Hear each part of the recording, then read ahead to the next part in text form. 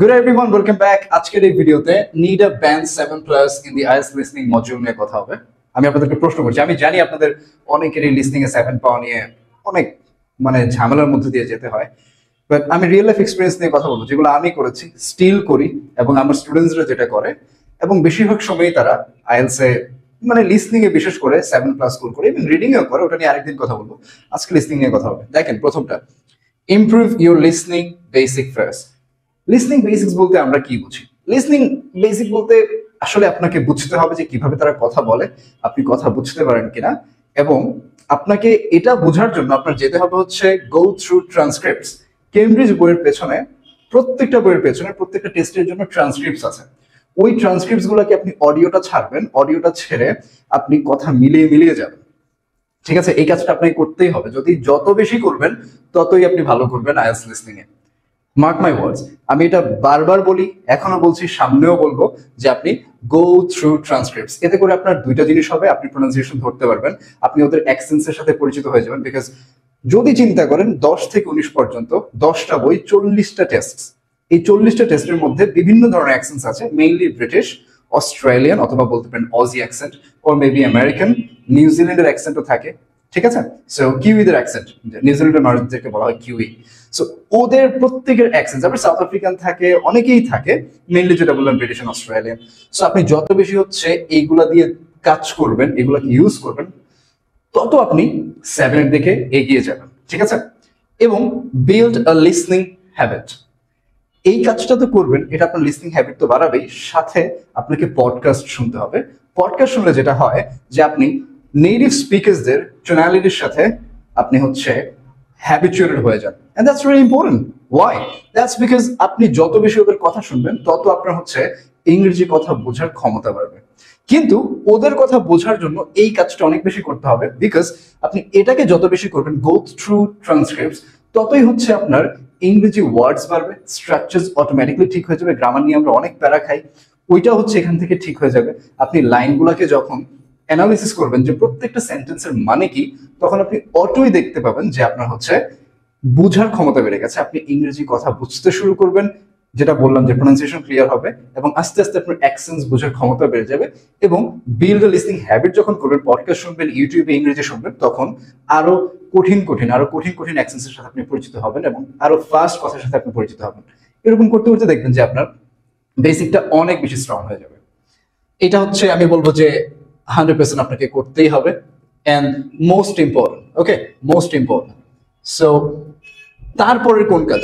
Part based listening practice. শোনেন, এই কাজটা মেবি লিসনিং প্র্যাকটিসের জন্য, আপনি যদি প্র্যাকটিসের কথা বলেন যে আপনি টেস্ট প্র্যাকটিস করবেন, সেক্ষেত্রে সবচেয়ে গুরুত্বপূর্ণ কাজ। ধরেন আপনার পার্ট 1-এ আপনি 10-এ 10 চান, পার্ট 2-তে আপনি 10-এ 10 চান, পার্ট 3-তে আপনি 10-এ 10 চান, পার্ট 4-এ আপনি 10-এ 10 চান। তাহলে আমি যেটা আপনাকে বলবো, আপনি নেক্সট 7 ডেজ পার্ট 1 নিয়ে কাজ করেন, যতক্ষণ না পর্যন্ত আপনি প্রত্যেকটা পার্ট 1-এ 10-এ 10 করে পাচ্ছেন, ততক্ষণ পর্যন্ত আপনি কাজ করতে থাকেন। কিভাবে করবেন? প্রথমে হচ্ছে অডিওটা শুনবেন, মিলিয়ে মিলিয়ে, ওই যে গো থ্রু ট্রান্সক্রিপ্টস, এটা মিলিয়ে মিলিয়ে শুনবেন। দেন অডিওটা রেখে দিবেন, পার্টটা শেষ হলে তখন আপনি পুরো পার্ট 1টাকে, যে কোনো টেস্ট, যে কোনো বইয়ের যে কোনো টেস্ট, পার্ট 1টাকে আপনি হচ্ছে রিডিং করবেন। এমন ভাবে রিডিংটা করবেন, এটার জন্য রিডিংটা যেন স্পিকিং এর মতো হয়। ঠিক আছে, আপনার এতে করে স্পিকিংটাও ক্লিয়ার হয়ে যাচ্ছে। তারপর অবশ্যই সেই ট্রান্সক্রিপ্টটাকে রেখে দিবেন, রেখে আপনি আবার অডিওটাকে শুনবেন। চোখ বন্ধ করে শুনতে পারেন বা চোখ খুলে, যেভাবে মন চায়, কিন্তু ট্রান্সক্রিপ্টটা আপনার তাকানো যাবে না। এই কাজটা আপনাকে করতে হবে। তারপরে আপনি গিয়ে টেস্ট দেন। মনে হতে পারে ভাইয়া কথা তো মুখস্থ হয়ে যাচ্ছে বা সামথিং, এটাই তো আপনার দরকার। মুখস্থটা না, মেইনলি আপনার যে ল্যাঙ্গুয়েজের যে একটা আন্ডারস্ট্যান্ডিং বাড়ছে, that's the most important part there. So অবশ্যই আপনি হচ্ছে পার্ট বেসড লিসনিংটা এইভাবে করবেন। 7 ডেজ আপনি পার্ট 1 নিয়ে করেন, তারপরে 7 ডেজ আপনি পার্ট 2 নিয়ে করেন, 7 ডেজ আপনি পার্ট 3 নিয়ে করেন, 7 ডেজ আপনি পার্ট 4 নিয়ে করেন, এবং ওইগুলোর মধ্যে আবার কিছু কোয়েশ্চেন টাইপ ডিফারেন্স আছে। ফর এক্সাম্পল, আপনি হচ্ছে ডিফারেন্স যদি খেয়াল করেন, পার্ট 2 এর মধ্যে হচ্ছে মেবি প্রথম 5টা কোয়েশ্চেন্স এমসিকিউ থাকে, তারপরে আবার ম্যাপ থাকে। সো ম্যাপ নিয়ে সমস্যা, ম্যাপগুলোকে আলাদা করেন। পার্ট 2-তে এমসিকিউ নিয়ে সমস্যা, ওগুলোকে আলাদা করেন। পার্ট 3-তে এমসিকিউ নিয়ে সমস্যা, ওগুলোকে আলাদা করেন। এভাবে করে 7 ডেজ, 5 ডেজ মানে আপনার যেটাকে যতদিন লাগে ঠিক করতে, দেন আপনি এই কাজগুলো একটা মাস যখন করবেন, মেবি 2 মাস করবেন, আপনার নির্ভর করে আপনার সময় কতদিন আছে পরীক্ষার, সেটার উপর ভিত্তি করে আপনি হচ্ছে এই কাজগুলোকে সাজাবেন। সো যখন আপনি পার্ট বেসড প্র্যাকটিসটা করবেন, you will see massive improvement in your listening module. Use Cambridge listening tests as podcast. one of the most important things mainly হচ্ছে পডকাস্ট বেসড লিসনিং ইমপ্রুভ করার জন্য। এটা আপনি অ্যাক্টিভ লিসনিং, প্যাসিভ লিসনিং দুইটাই করবেন। Active হচ্ছে একদম খেয়াল করে সব শোনা, প্যাসিভ মানে হচ্ছে আপনি অন্য কাজ করছেন এট দ্য সেম টাইম আপনি লিসনিংও শুনছেন। সো এই কাজটা খুবই খুবই গুরুত্বপূর্ণ, মানে সবই তো গুরুত্বপূর্ণ, আমি কোনটাকে আসলে বেশি দিব কোনটাকে কম দিব I don't know, but everything you gotta follow, right? So use Cambridge listening tests as podcast. আপনি প্রথম দিকে এই কাজটা করুন। প্রথম দিকে আপনি এই যে বিল্ড লিসনিং হ্যাবিটের যে ব্যাপারটা, আপনি তো গো থ্রু ট্রান্সক্রিপ্টস করবেনই, তখন আবার ওই সেম জিনিসকে আপনি হচ্ছে যখন বাইরে থাকবেন, বাসে আছেন, মেট্রোতে আছেন, মেবি ট্রেনে আছেন, লঞ্চে আছেন, wherever you are, whatever you do, আপনি যদি এই অভ্যাসটা করতে চান, তাহলে আপনি এই প্রতিদিন এই use Cambridge listening test as podcast এইগুলাকে পডকাস্ট হিসেবে ইউজ করবেন। তাহলে যেটা হবে, ওদের যে কথা বলার ধরন, ওদের যে ভোকাল টোন, ওদের যে অ্যাকসেন্টস, এবং মেইনলি কেমব্রিজে যারা কথা বলে, যাদের কথা রেকর্ড করা হয় এক্সামের জন্য, তাদের কথা আপনার কাছে পরিচিত লাগবে। যেমন আমার পরীক্ষাতে আমার মনে হয়েছে I know this guy, mainly হচ্ছে মানে প্রত্যেকটা পার্টে আমাকে মনে হয়েছে যে আমি সবাইকে চিনি, প্রত্যেকটা পার্টে যে যে কথা বলেছে। সো এই কাজগুলো আপনি যত বেশি করবেন, ততই দেখবেন যে আপনার কাছে মনে হবে ইউর রাইট দেয়ার। পরীক্ষার হলে মনে হবে you're just practicing listening test probably at home, right? So এই use Cambridge listening test podcast, এটা আপনাকে করতেই হবে, করতেই হবে। Then practice a full listening test every day for at least a month. প্রত্যেক দিন একটা লিসনিং টেস্ট অন্তত দেওয়াই লাগবে। অনেকে 2টা বলে, অনেকে 3টা বলে। I prefer 1 listening test. আমি যেটা অলওয়েজ বিশ্বাস করি, quality matters not quantity. So আপনি কোয়ালিটিতে ফোকাস করেন, একটাকে দেন, এবং ওইগুলোর মিস্টেকস গুলাকে আপনি যখন একটা টেস্ট দিবেন, 40টা কোয়েশ্চেনের মধ্যে যেগুলো আপনার ভুল হয়ে গেছে, মেবি আপনি ভুল করেছেন 5টা, মেবি আপনি ভুল করেছেন হচ্ছে 10টা, ডাজন্ট ম্যাটার আপনি কতগুলো মানে মিস্টেক করেন, আপনাকে যেটা করতে হবে যে অবশ্যই সেই ভুলগুলোকে নিয়ে কাজ করতে হবে এবং সেই ভুলগুলোকে অ্যানালিসিস করে ঠিক করতে হবে। ওই ভুলগুলো আপনি ট্রান্সক্রিপ্টসে ফিরে যাবেন, ট্রান্সক্রিপ্টসে ফিরে গিয়ে আপনি অডিও শুনে ঠিক করবেন, নট যে আপনি ট্রান্সক্রিপ্ট দেখলেন এবং আনসার বসায় দিলেন। ডোন্ট ডু দিস, তাহলে কোনো ইমপ্রুভমেন্ট আসবে না। আপনি অডিওটাকে শুনবেন, ট্রান্সক্রিপ্টটাকে চিন্তা করুন, প্রশ্ন কি বললো আর আমি অডিওতে কি শুনেছি, আপনার ওই প্যারাফ্রেজটা বুঝতে হবে, দেন আপনি ওইটাকে ঠিক করবেন। তখন দেখবেন যে আপনার হচ্ছে অ্যানালিসিস করার ক্ষমতা বাড়ছে। আপনি পরীক্ষাতে সেম টাইপের অ্যানালিসিস করতে পারবেন। যখন শুনবেন দেখবেন যে 2 to 3 সেকেন্ডসের মধ্যে আপনার হচ্ছে ওই অ্যানালিসিসটা করে ফেলছেন, আপনি খুব ভালো করবেন, বিকজ আপনার কিন্তু ওভারঅল বেসিক্স ইমপ্রুভ হয়ে যাচ্ছে প্রথম থেকে। আমি আপনাকে যেভাবে বলছি আপনি সেভাবে কাজ করে যান, you will see a huge improvement, believe me, I am not telling you a lie, this is true. তারপর fix your spelling, bruv, I mean you gotta surrender there. Why? That's because আপনাকে spelling যদি ঝামেলা থাকে, আপনাকে ওটা ঠিক করতে হবে। আপনি পরীক্ষাতে মানে সোজা কথা একটা পাশ খেয়ে যাবেন যদি আপনার হচ্ছে স্পেলিং এ ঝামেলা থাকে। কেন? ধরেন আপনি ঠিকঠাক লিখলেন, আপনি আনসার ধরেছেন, আপনি হচ্ছে ওয়ার্ডটাও ঠিকঠাক ধরেছেন, কিন্তু ইর জায়গায় আই দিয়ে দিলেন, আয়ের জায়গায় ই দিয়ে দিলেন। You gotta be careful about it.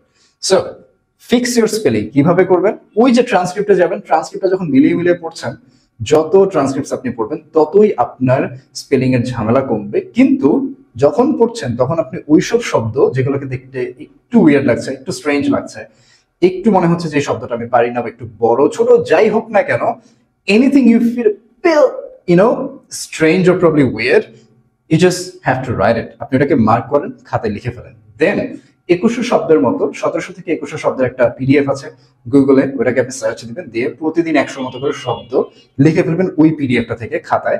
এটা আপনি যতদিন প্রিপারেশন নিচ্ছেন ততদিন এটাকে রিভাইজ করতে থাকেন। এট দ্য সেম টাইম যত রিডিং করবেন, যত লেখালেখি করবেন, ততই হচ্ছে আপনার মানে স্পেলিংস ঠিক হয়ে যাবে। So fix your spelling. Finally practice Cambridge test over and over again. Guys, আমি যত কথা মানুষকে বলি তার মধ্যে সবচেয়ে বেশি হচ্ছে যে আপনি কেমব্রিজ লিসনিং গুলোকে বারবার প্র্যাকটিস করবেন। Now, why do I say this? Let me tell you something. আপনি যখন প্রতিদিন কেমব্রিজের লিসনিং গুলোকে প্র্যাকটিস করবেন, মেবি আপনি পরীক্ষার আগে 40টা টেস্টকে 10 থেকে 19 আমি বলি প্রশ্ন টাইপ যদি সকল কিছুর সাথে আপনি পরিচিত হতে চান, মেবি আপনার 1 থেকে 9 করতে হবে। আপনি করেন, কোনো সমস্যা নাই। তাহলে আপনি এমন কোনো প্রশ্ন টাইপ আসবে না যেটা দেখে আপনার কাছে মেইনলি মনে হবে যে এটা স্ট্রেঞ্জ।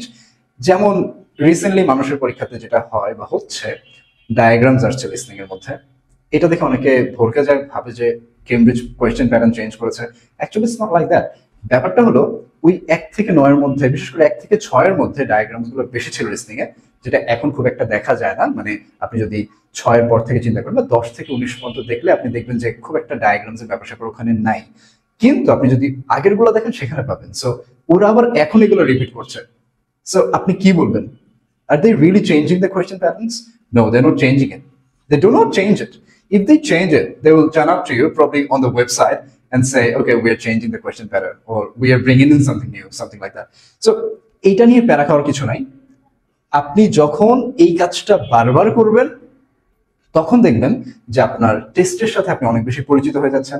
ওদের যে tonality, accents and pronunciation features and everything you think, সবকিছু ফিক্স হয়ে যাবে। যেটা একটু আগেই বলেছিলাম যে use Cambridge listening test as podcast, ওই কাজটার মতোই। ওইটারই ধরেন যে ছোট ভাই বা বড় ভাই বলবো, যেহেতু আপনি টেস্ট গুলাকে ওভার প্র্যাকটিস করবেন।